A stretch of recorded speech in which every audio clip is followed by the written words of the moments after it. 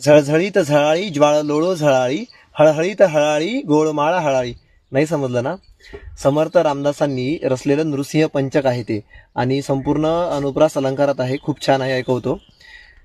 नरहरी नरपाळे भक्त पाळे भूपाळे, नरहरी नरपाळे भक्त पाळे भूपाळे, प्रगट रूप विशाळे दाविले लोक पाळे, खवळ तरी पुकाळे काळ काळे कळाळे, तट तट तटस्तंभी व्यापिले वनी जाळे, झळझळीत झळाळी ज्वाळ लोळो झळाळी, लळलळीत लळाळी लाळलाळीत लाळी, हळहळीत हळाळी गौळमाळा हळाळी, कळकळीत कळाळी योम पोळीत जाळी, कडकडीत कडाडी कडकडाटे कडाडी, घडघडीत घडाडी घडघडाटे घडाडी, धडधडीत धडाडी धडधडाटे धडाडी, तडतडीत तडाडी तडतडाटे तडाडी, भरभरीत भरारी भरभराटे भरारी, थरथरीत थरारी थरथराटे थरारी, तरतरीत तरारी तरतराटे तरारी, चरचरीत चरारी चरचराटे तरारी, रजनीचे रवी भांडे दोकरे पोटफोडी, रजनीचे रवी भांडे दोकरे पोटफोडी, गडगडीत गडाडी आतडे सर्व काळी, गडगडीत गडाडी आतडे सर्व काळे, न धरित जनमाने लोक केले, न धरित जनमाने लोक गेले निदाने, हरिभजनाने शांत केले दयेने, न धरित जनमाने लोक गेले निदाने, हरिभजनाने शांत केले निदाने.